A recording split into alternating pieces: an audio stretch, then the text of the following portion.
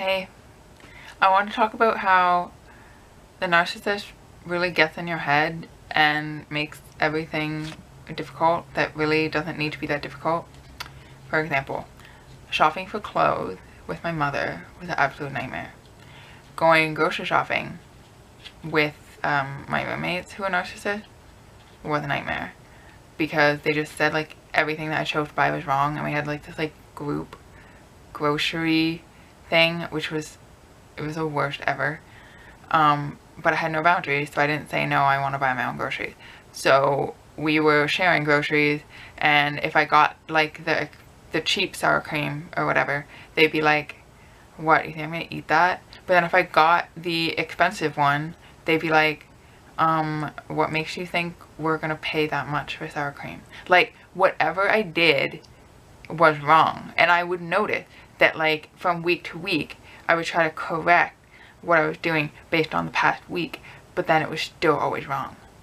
Because that's what a narcissist does. The war never ends. They just always say that whatever you're doing is wrong. So it's a nightmare. And going for a walk is a nightmare. Going to a restaurant for dinner, like they just make everything difficult and painful. And they are the ones that are making it really awful, but they somehow make you think that it's your fault. And what else? It will never end. Things will always be difficult. Like, they might say, oh, it was the waiter or the waitress that made dinner at the restaurant like not enjoyable, or like, oh, that wasn't a good restaurant, the food wasn't good. Like, they'll blame something else, but they are the one that make it really difficult. And I remember I went out for dinner with two of my roommates who were not narcissists, and the two narcissist one went to do something else, and we had such a great time at dinner without the two narcissist one.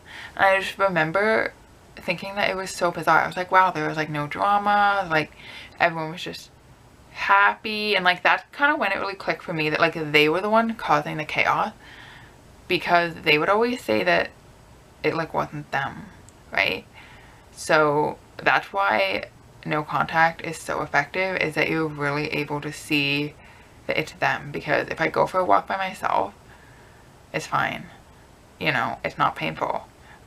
But going for a walk with a narcissist is like, the conversation is just so excruciating, or they always find something to complain about.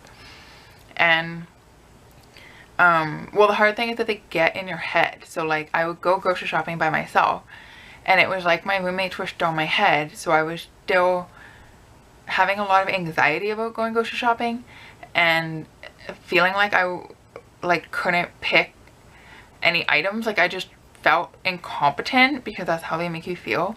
So I just really had to tell myself, I am not going to judge me for buying this type of apple versus that type of apple. Like I am not going to tell myself that I made the wrong choice.